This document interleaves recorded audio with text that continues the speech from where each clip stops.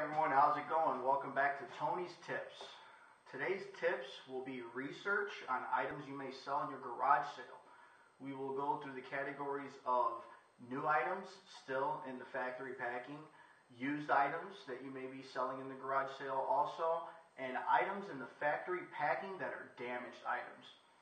Researching your items is good for the sake of you want to know what you're selling at what price. The last thing you want to do is disrespect someone that knows what they're looking for, the price that they're looking for the item that they're interested in.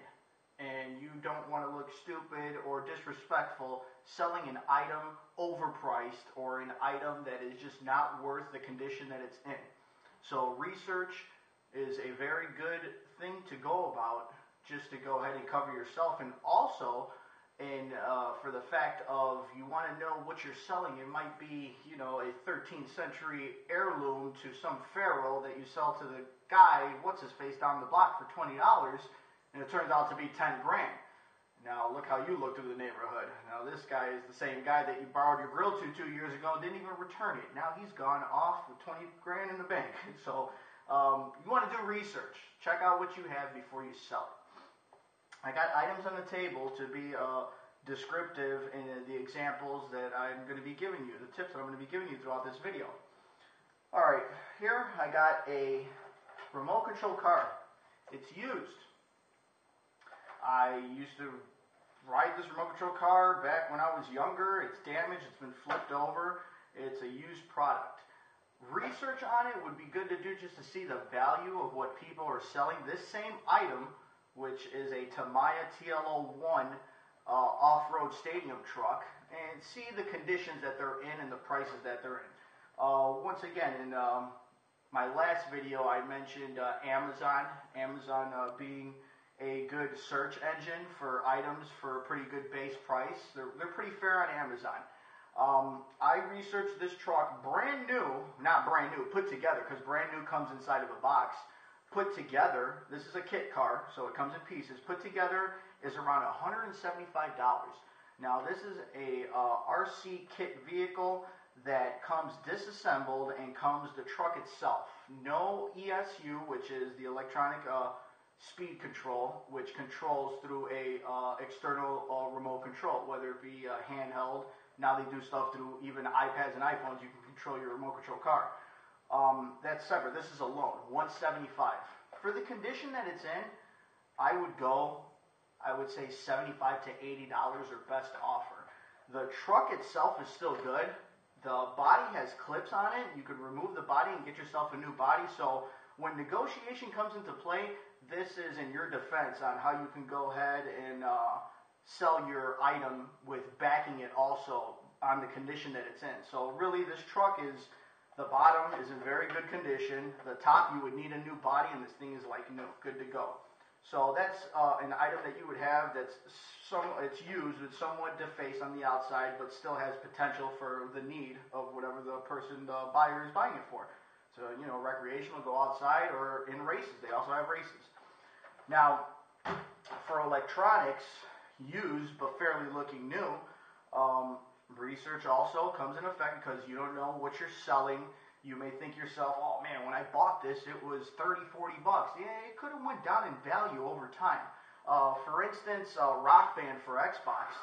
Rock Band came out. It was a very popular game. It had external controllers looking like a guitar, or the drum sets. Expensive, $150, almost $200 when they came out, even more, depending on what department store you purchased it at. Now, these products have went down drastically in price. Wasn't that popular, the game. Some people out there, they love it, they still play it, but it's more about these war games now, Call of Duty with these kids. So this guitar, like I said, when it came out, it was really expensive. I did the research on it at GameStop, used and refurbished, which the price difference is not that much, at $13. Now, I'm going to put 9 or best offer. It's in really good condition, no scratches on it, it was just dusty. It sat somewhere, it really didn't get handled all that much or bumped into or blemished in any way. So that would be a used product, fairly looking new. Also, the same goes with an external hard drive for an Xbox 360. This happens to be a 120 gig, which stores a lot of space, whether it be pictures, video games that you're saving.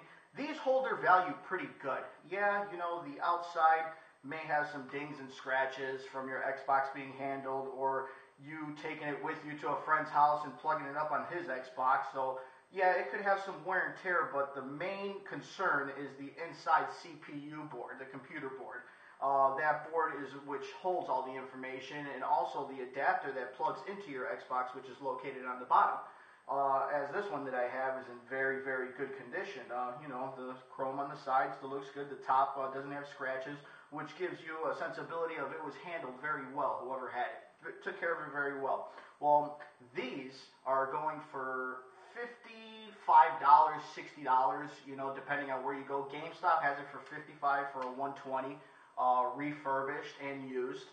So, you know, my price on here is $47 or best offer. You know, you're going to get the best out of this. It works, you know. It's not a guarantee, but I will stand behind my product when I do sell it in my garage sale.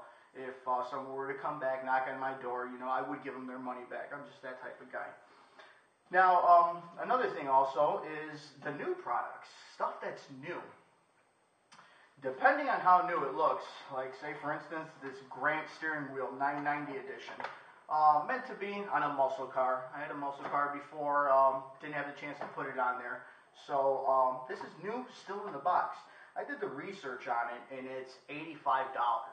$85 brand new. When I purchased it, it was $119. So there goes the play on the research, because if I would have done research on it, I would have went off $119 and said $110.